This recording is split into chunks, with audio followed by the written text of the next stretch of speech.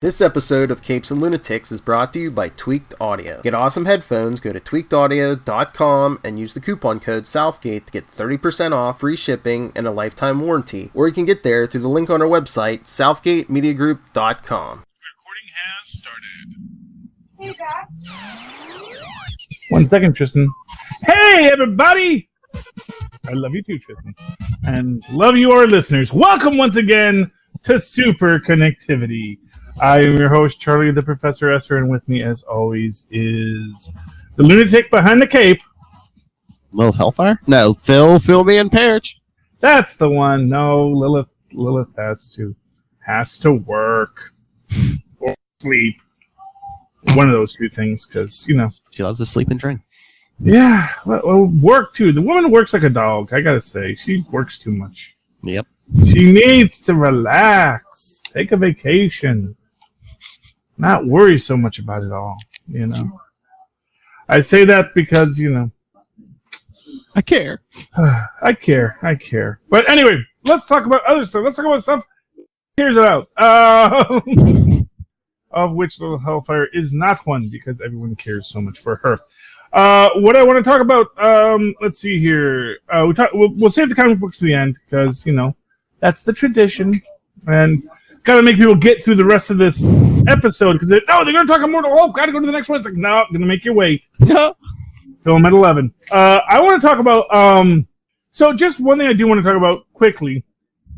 Wesley Snipes has been cast as the villain in Coming to America. See, they put the 2 in there. So it's the same name as the original, but now it's got a 2. Branding, yeah. Yeah, so that's how you do that. Doesn't that work? Yeah, and apparently he is like the junta leader of like the neighboring country to Zamunda. The plot line is going to be that, you know, there is this rivalry between their countries, and there is apparently a plot line where Eddie Murphy is going to America to find his son. You know, very interesting stuff to say the least, especially because, you know, it's a sequel. What, 40 years later? Has it been 40 years since the 80s? 90s. No, 30.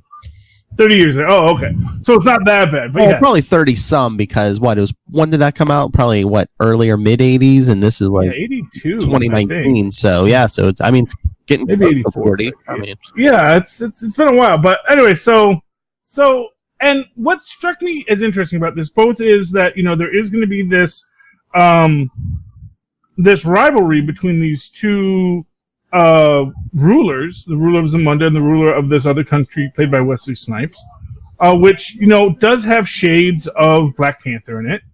You have the idea of the heir to the throne being somewhere in America and having to go get him, which again has some shades of what we saw with Killmonger.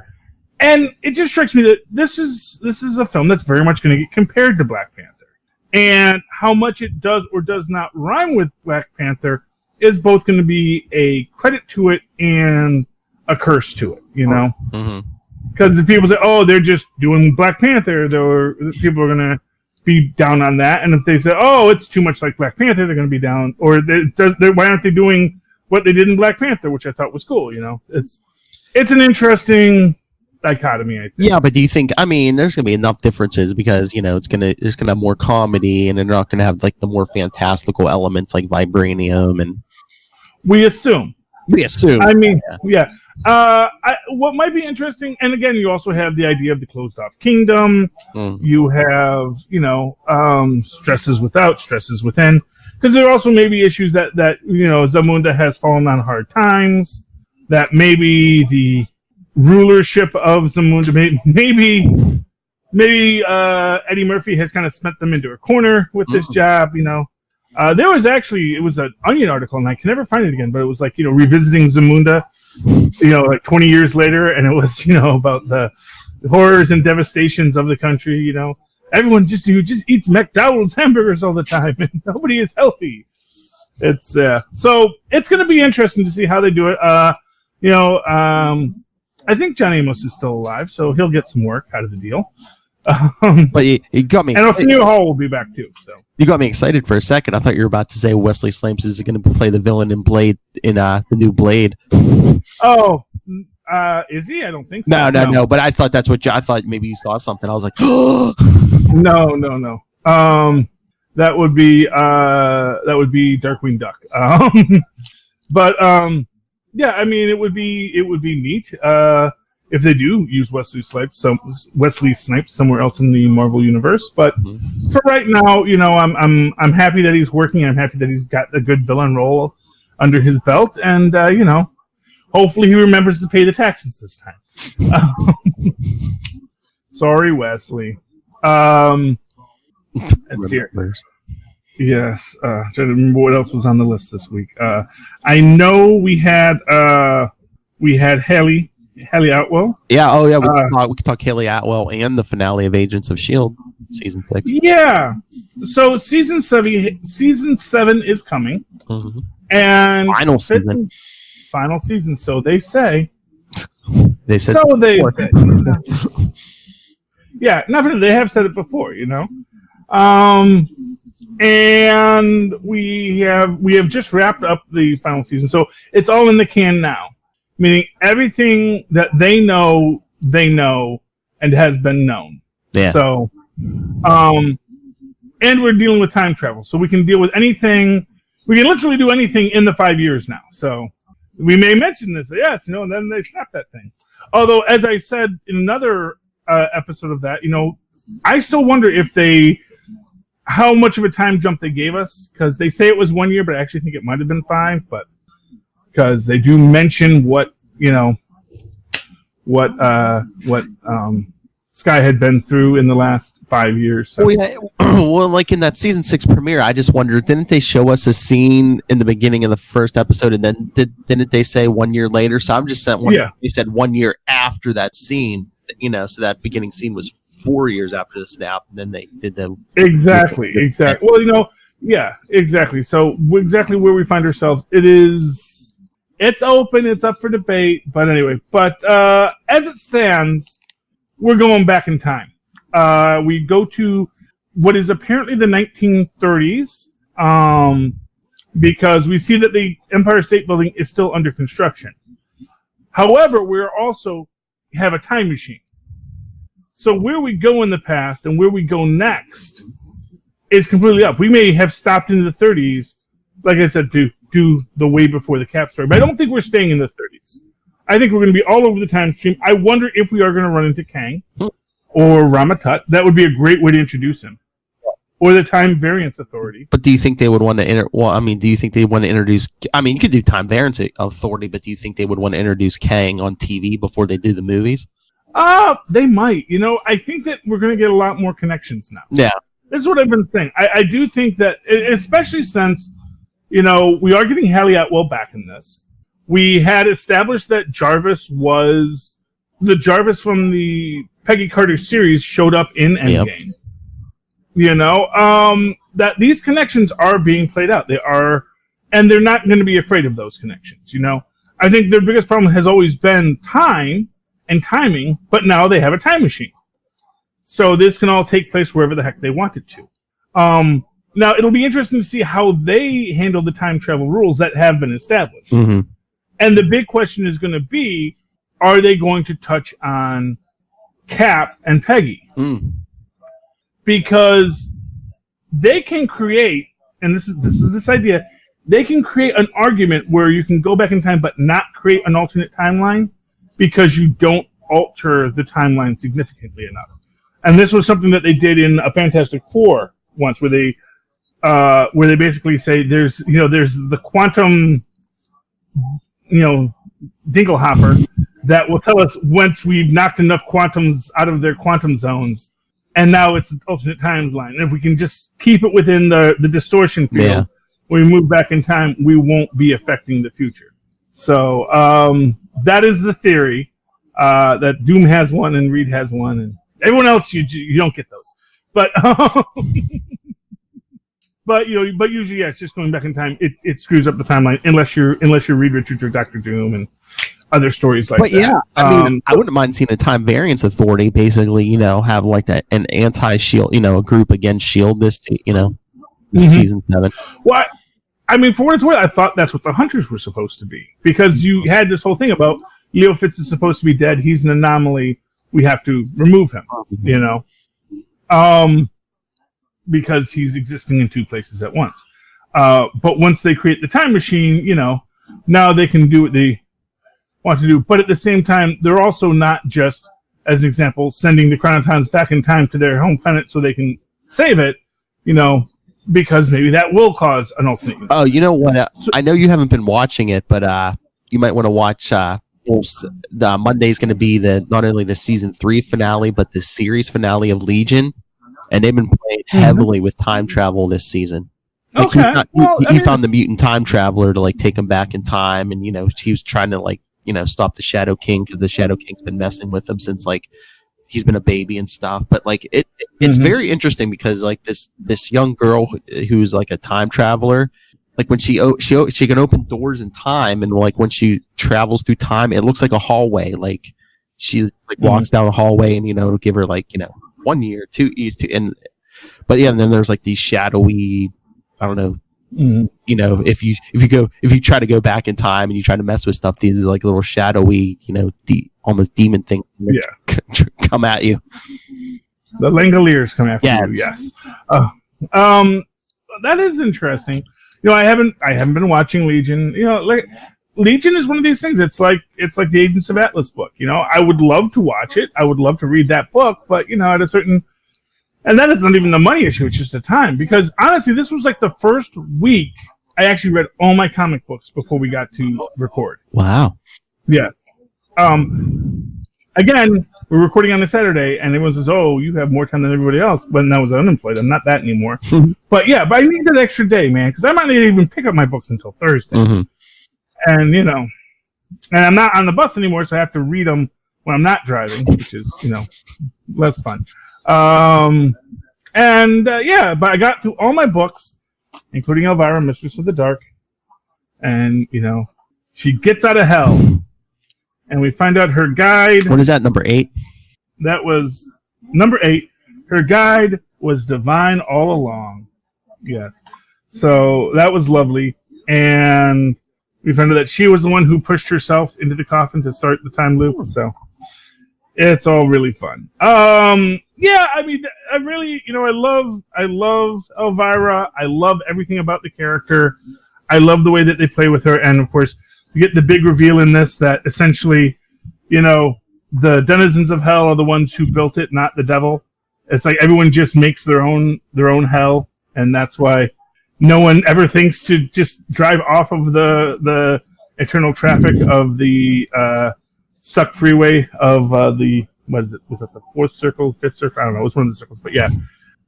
Great book. I just love Elvira. She is so fun and delightful. And so issue 8, is that an ongoing then? I believe so, because I think there's another one coming. Oh, that's cool. There's 2 Elvira series out right now. One is The Shape of Elvira, and so next one is called... So this was The End of Elvira's Inferno. Next is Vroom Vroom, which is... So, yeah. I just asked because it just seems like a lot of times when they do those licensed properties and stuff and characters, a lot of times they just do limited series. Yeah, but apparently there's going to be another one. But like I said, they have 2 right now. They have The Shape of Elvira, which is sort of a Shape of Water kind of story, where she's got a merman that she's hanging out with.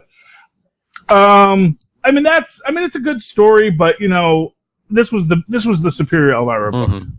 Very good. Yeah. Yes, and then what else? So we talked at there was something about what were we going to talk?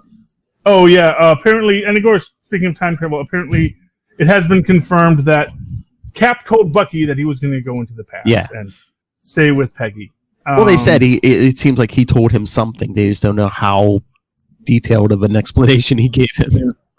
I would assume he at least told him, that I'm going to hand off the shield. So, I don't know if he told him he was going to spend a lifetime, and then come back, but I think he at least told him, hey, I'm going to hand the shield to Sam and not you. Yeah. No, that's appropriate. Honestly, Bucky didn't want the shield. He never wanted the shield. Sam doesn't really want the shield, but Sam respects the shield in a way that I don't think Bucky would. Bucky's been messed with in the head and stuff. And I mean, even though, he hasn't aged like Steve Rogers has aged, remember, Bucky is a 95-year-old guy, too. Yes.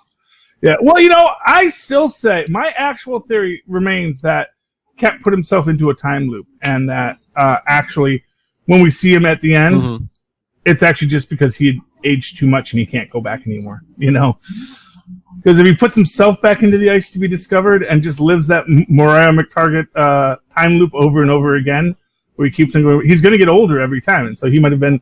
Everyone says, "Well, why should he have aged? Isn't he supposed to not age?" And it's like, well, maybe he did it more than once. I just think he sat there with Peggy and he didn't mess with anything because he didn't want to create that alternate timeline. Yeah, but he would have, because he sat there with Peggy, and but there was still him in the ice who came out and did everything he did before. I know, but it's also 1945, so he actually goes back before the events of the Peggy Carter series. So there's a whole life there that is altered from the established universe we've seen. Wait a second. Did he go back to 1945? Have we confirmed the exact point he went back? We don't, but we see that it's 40s cars that are driving on the road. We don't see anything that is from the 50s or later. Yeah. So, you could argue, well, cars last a while, so you could have, there were cars from the 40s through the 60s, you would see those, but they wouldn't have looked as brand spanking new as these cars. Yeah. These were clearly brand new cards, and they were definitely from the 40s. So it looks like he went right back to where he left to get that date. And then again, like I said, we don't know that he spent a lifetime with Peggy Carter. I mean, have they said he spent a lifetime with Peggy Carter, or do we just know that he had the dance? Yeah, but if he's not out there fighting or anything, where else would he go if he's not coming back to the prison till he's an old man? Well, maybe he's having other adventures. First off, who says he's not fighting? Well, true. It's entirely possible. You could even make the argument that he actually did try to stop a lot of this stuff, but that he found he couldn't. I just like the theory, and he was sitting there. He was the house husband, so Peggy Carter could go out there and do her thing. Yeah, I don't. Shield eventually, so I know, but that's the thing. It's like, for him to do that, I think it causes problems. Yeah. So yeah, I'm a big believer that it is an alternate timeline, and he did everything he wanted to. He saved Shield, he got Bucky out, and made the world a better place. Maybe ran for president in that universe and was eventually President Rogers.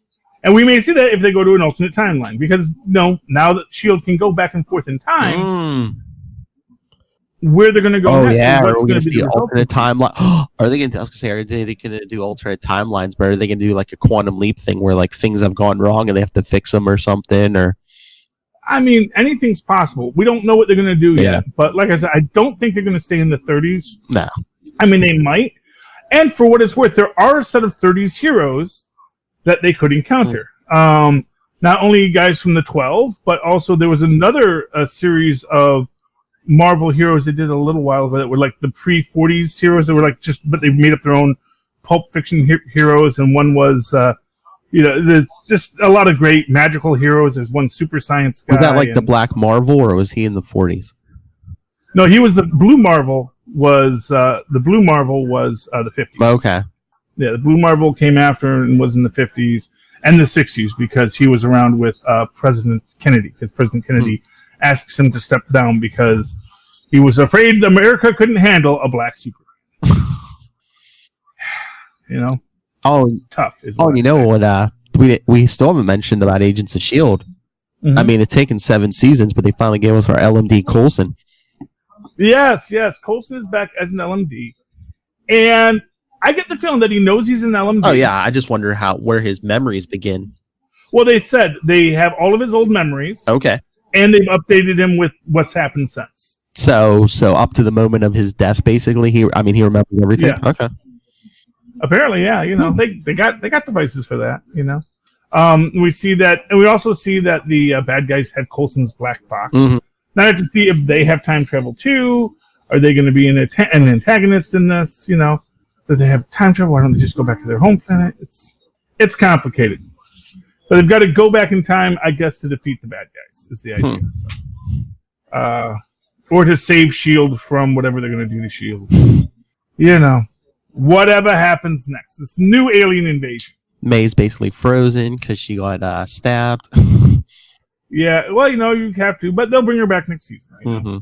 Put her into her, 65 degrees, and then we'll bring her back. And okay, with science. You know what I didn't understand? The whole Fitzsimmons thing. Did they get like physically altered, or they just like have their brains been? Well, she makes the point that she doesn't know where Fitz is because she can't know where Fitz is. So obviously there is an issue in this about how much they can alter the timeline. And which is why I think they will address the whole Peggy Cap question here. Because they will say, if you go back and there are certain things you can do, but if you bring knowledge with you, it will alter the timeline. Which is what the whole thing with Cap going back in time is that because he has to bring that knowledge with him.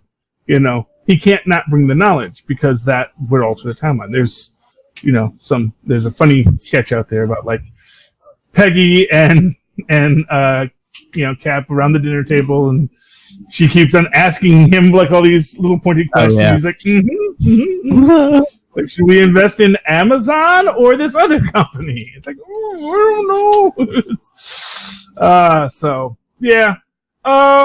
Yeah, I mean, I think I'm going to like the Coulson LMD. I'm going to like to see where it goes with it. It is weird to have him be an LMD now, but he could have like what else? He could have like super strength. He could like have run. You see him like running it up next to a car or something. Be like, pull over. Yeah, he's a superhero now. LMD Coulson, just like that LMD that Deadpool hangs out with. Yeah, well, it makes you wonder if Coulson in the Avengers now is an LMD.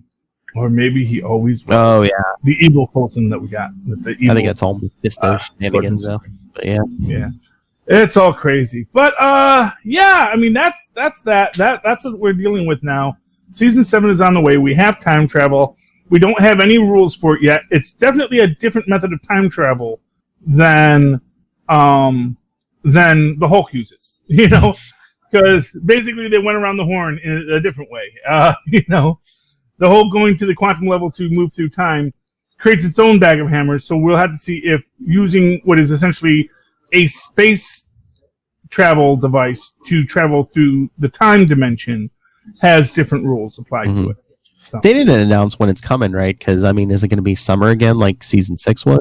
Yeah, I think they said it's going to be soon. So no, actually, I think it might be the fall or spring. Oh, spring? Yeah, spring or fall. Yeah, I mean, they already finished shooting. Oh, yeah, that's what I'm saying. Then. Why wait? I mean, that's the thing is why wait? It's I would love to see where they go with it. But yeah, I do think it's going to be back sooner rather than later. Cool. You want to talk our comics? Sure, let's do it. Let's do. Are you not going to play the tune? Oh, sorry. I usually just do that for capes, but no, I can do it. Phil's Comics Corner. Oh, I thought you did that every time we talk comics. Okay. Anyway, welcome back. So let's talk Immortal Hulk. That was the one we didn't get 22. to. It's one they've been waiting for. Yeah, we've got. I like this. I like Tatiana, and I like Absorbing Man so much in this. Mm-hmm. And especially Absorbing Man being like, man, I've been clean for so long, and that guy like shot me full of heroin. Yep. That's uncool, man, And we do see that freaking Fortran's a freaking abomination now. The giant hand. Just ridiculous. Giant hand for a head, yeah. Yeah. And then we see poor old Rick Jones, he's trying to pull himself back together. Mm-hmm. It's not going well. And we see that Betty is all human, but when Bruce knocks on the door, who answers the door, Phil? Oh, Red Harpy or whatever she is now. Yeah, Red Harpy, yeah. The Harpy. We get more Joe Fixit in Banner's body. Oh, yeah, which I love. And again, just this, we're all the same person, man. But, like... He's Sunshine. I know that. He looks up at the sun. He's like, Sunshine Joe. What a concept. Yeah. And he goes to talk to McGee, and I like the way they're playing Joe. He's fun. He's delightful. Did you see what the name of the motel is? No, what? Senate. Oh.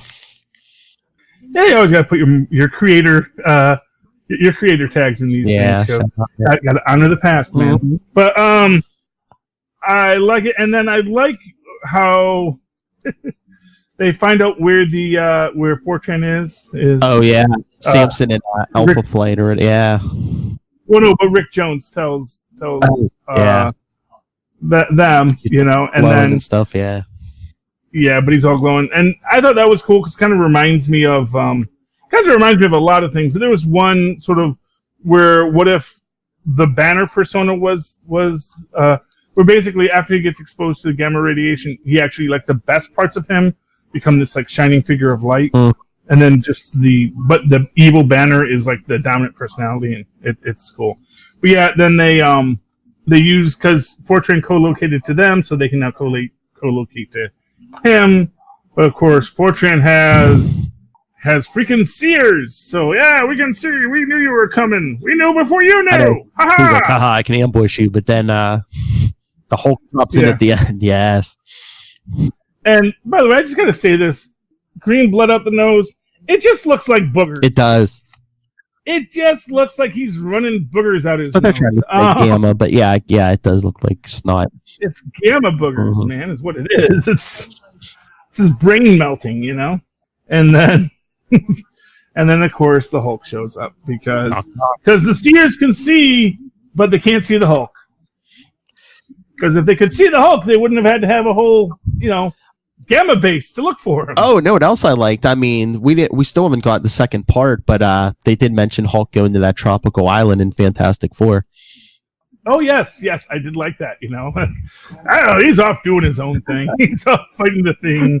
He was in Chicago, they said. So what book is he in Chicago in right now? I don't know, but Joe's even Joe and Banner's body's even wearing a Hawaiian shirt. Yeah. Yeah, which I liked. Well, he's Sunshine Joe, man. Oh, no. I would love to see the Hulk in a Hawaiian shirt. Oh, yeah. Oh, now we just need the scene with Banner and, like, the Grey Hulk's body and be like, now who's Puny Joe? Yeah. Well, you know what? Like I said, first off, there's no reason Banner can't have the strength. He doesn't have to change bodies. It's just his own mental illness. Yeah, I know. That's why I was like, why are there set rules? I'm like, why can't we get, like, Banner in a Hulk's body and, just any of them can be in any of the bodies. The fact of the matter is, Phil, we always get Banner in the Hulk. I know, but I'm just saying. That's the point. Why can't we just get any of the personalities in any of the bodies? Yeah, well, maybe they're going to do that more, Let's see here. Did you read Invisible Woman? Not yet. Again, that's another one that I want to get to. But here, spoil me. Okay, well, it's interesting because, of course, the basic plotline is we have Invisible Woman and her fellow spy handler by the name of Aiden Tanchiran or something like that.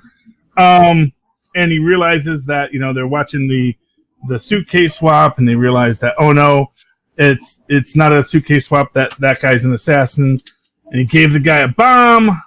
And the Invisible Woman invisibly knocks him down and takes the suitcase and, probably puts a force shield around it. And then you have them hanging out here, and he's talking about his mythical perfect wife.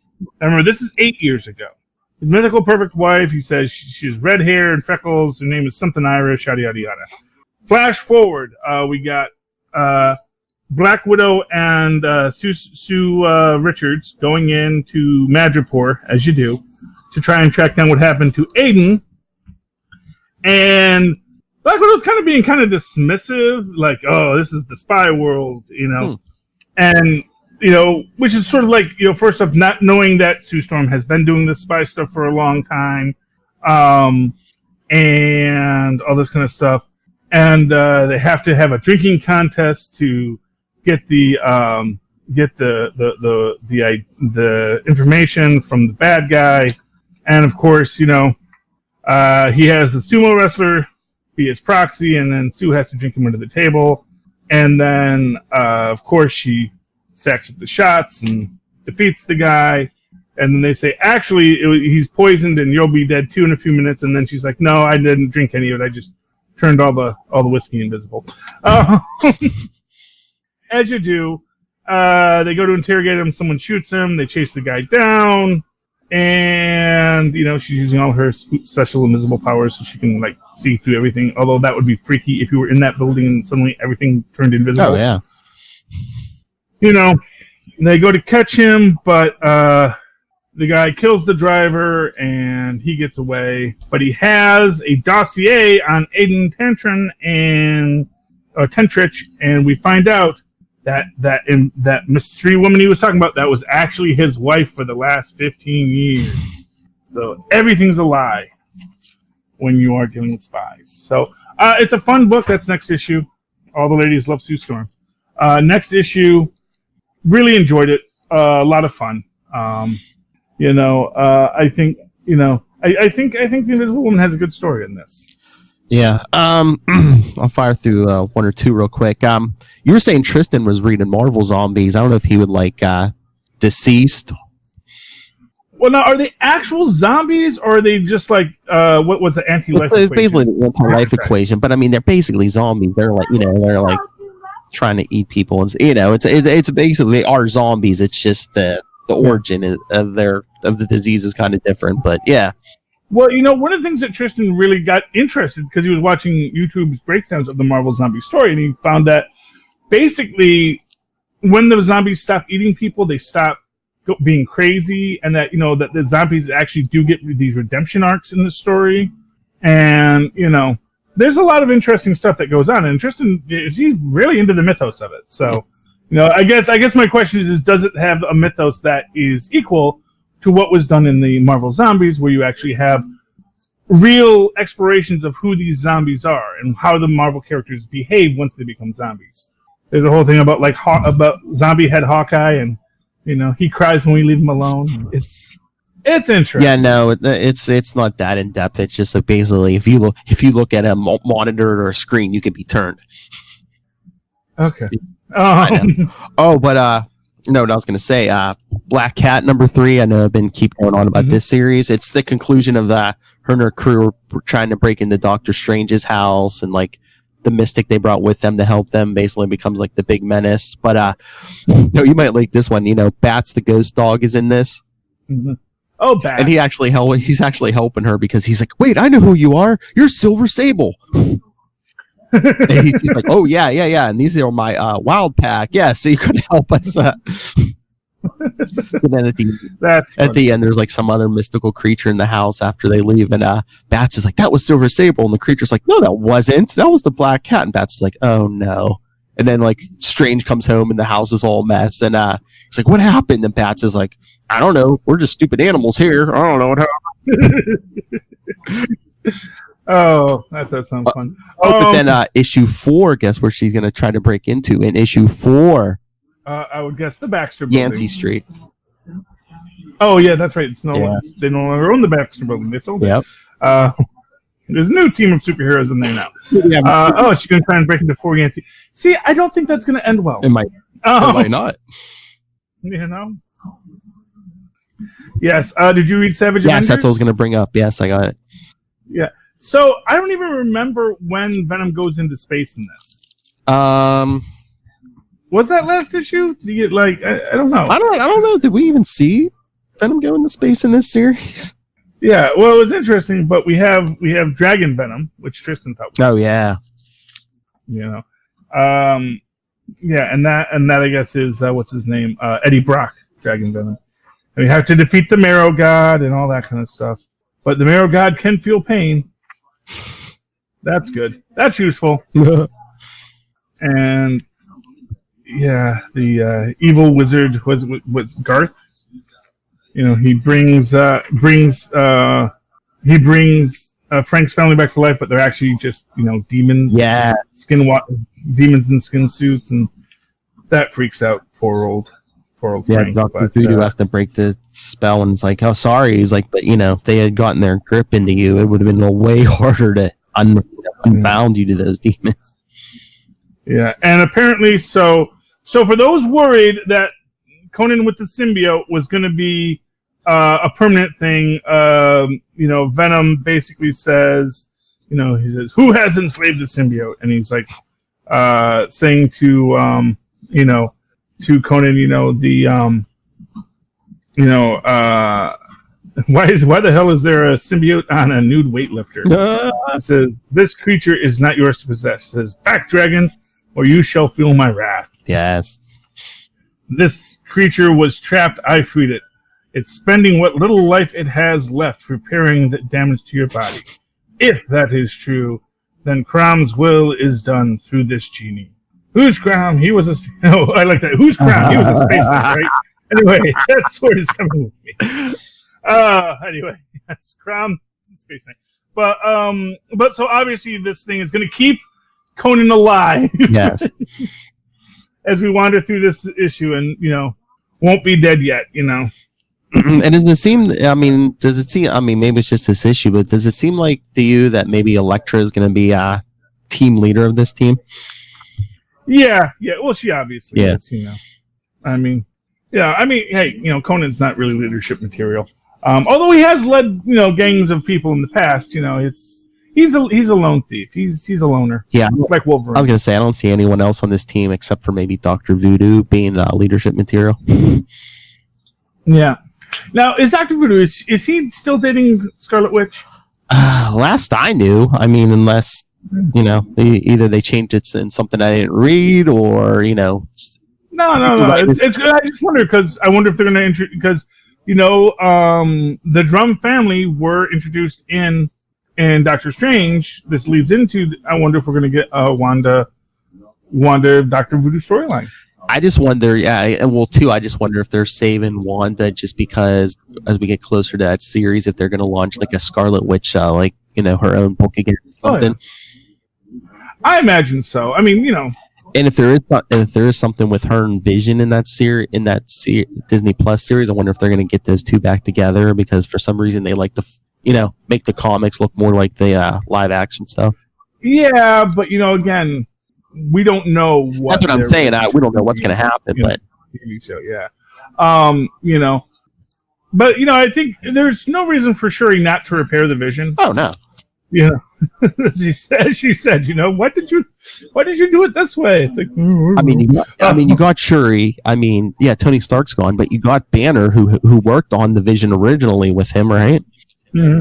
And Shuri, and any other number, and other Doctor who also actually built the Vision from Ultron's schematics.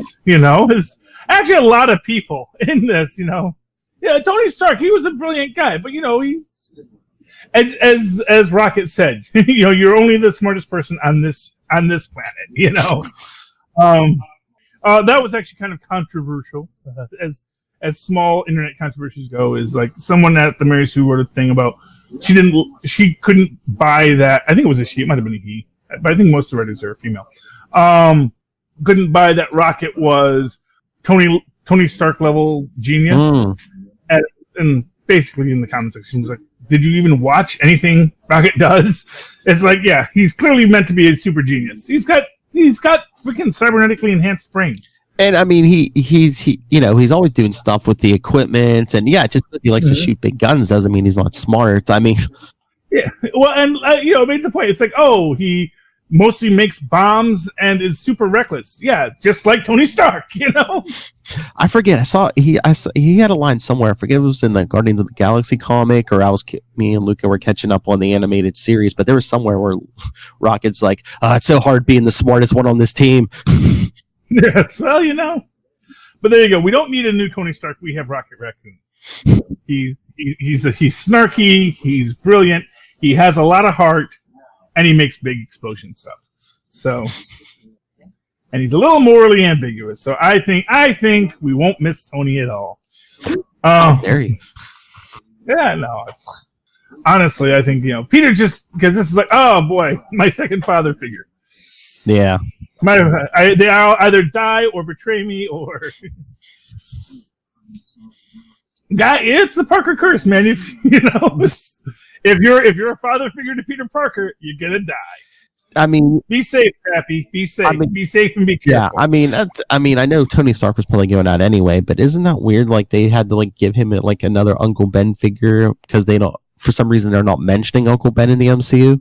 Well, I mean, again, they just don't want to have to retread it again. I get, yeah. And it's like,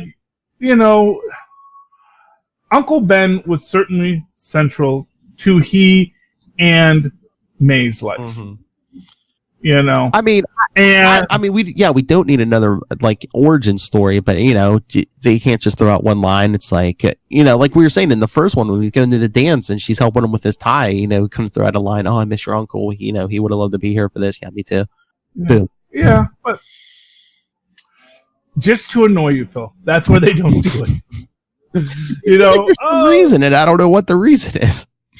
I honestly think it's because it becomes too much of a crutch, perhaps. Maybe. That maybe they felt it's too much that every 5 minutes Peter Parker has to mention Uncle Ben in the comic books. Like, oh, well, my Uncle Ben. It's like, dude, okay, we get it. You loved your uncle. We all have someone in our lives that we care deeply about.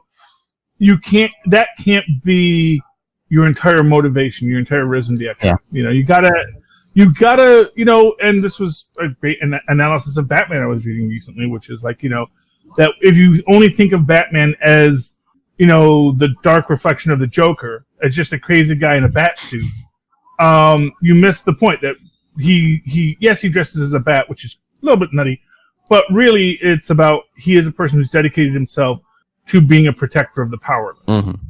And yes, his parents were killed, but the trauma of his parents' death is not as important as the fact that that's his motivation to be a better hero, to protect those he's not just driven mad by his tragedy. It's not, one bad day that turns him into a Batman. It's that's what inspires him to be a better person and to do to make a better world. So, mm-hmm.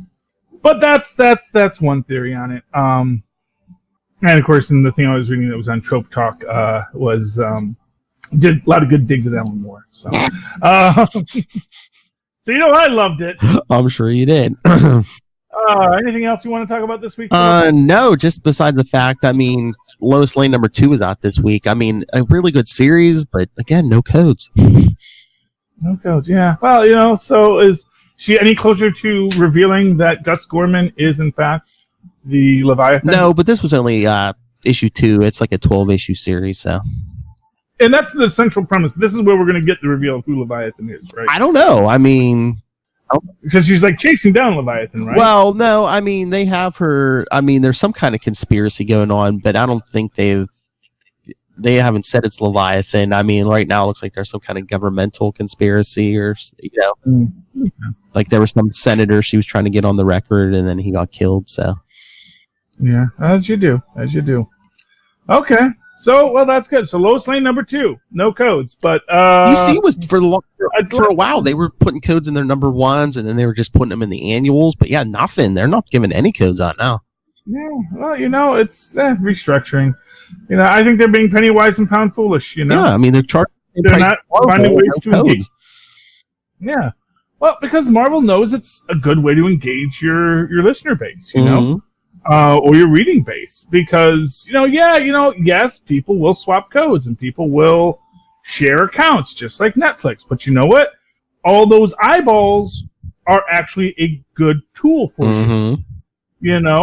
It's Netflix and HBO. They don't want people sharing their codes, but they also know it's a cost of doing business.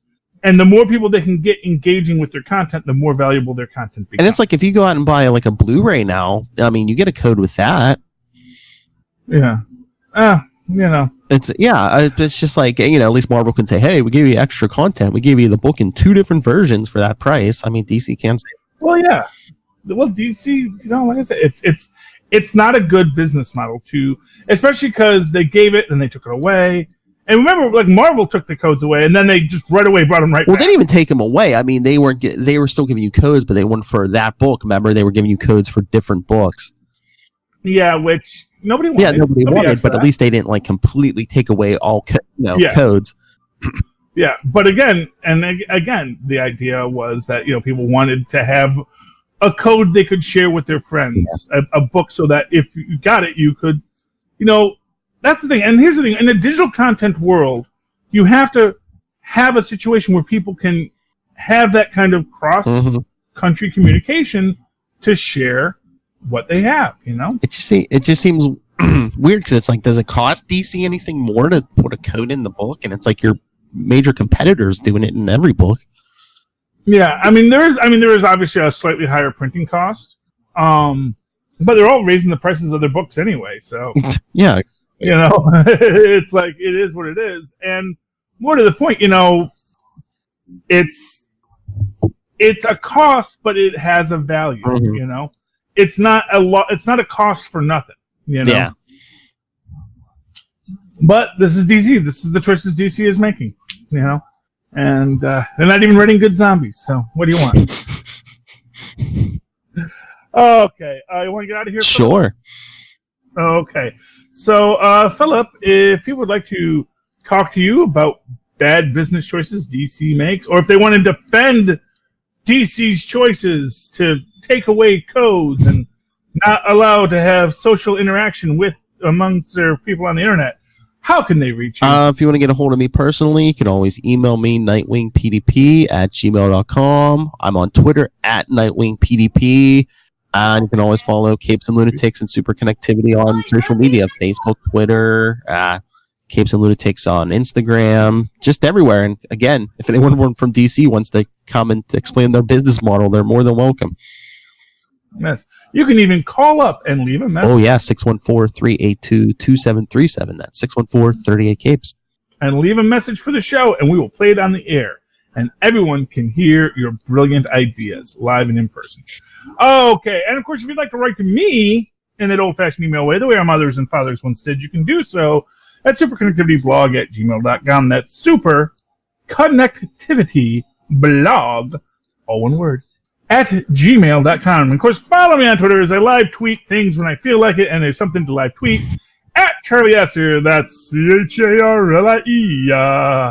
CharlieElcelCR, but to the two E's in the middle. For quality. Bing! Alrighty, ladies and gentlemen, that has been Superconnectivity for this week. Please be sure to super connect with us once again next. Good night. Good night. Oh, you know what I forgot to talk about? What? Glow. Glow is back. So something else I gotta save it. It's not like we never come back and talk. I know. I gotta tell you though, Mark Maron, he should be Reed Richards. Fight me, nerd.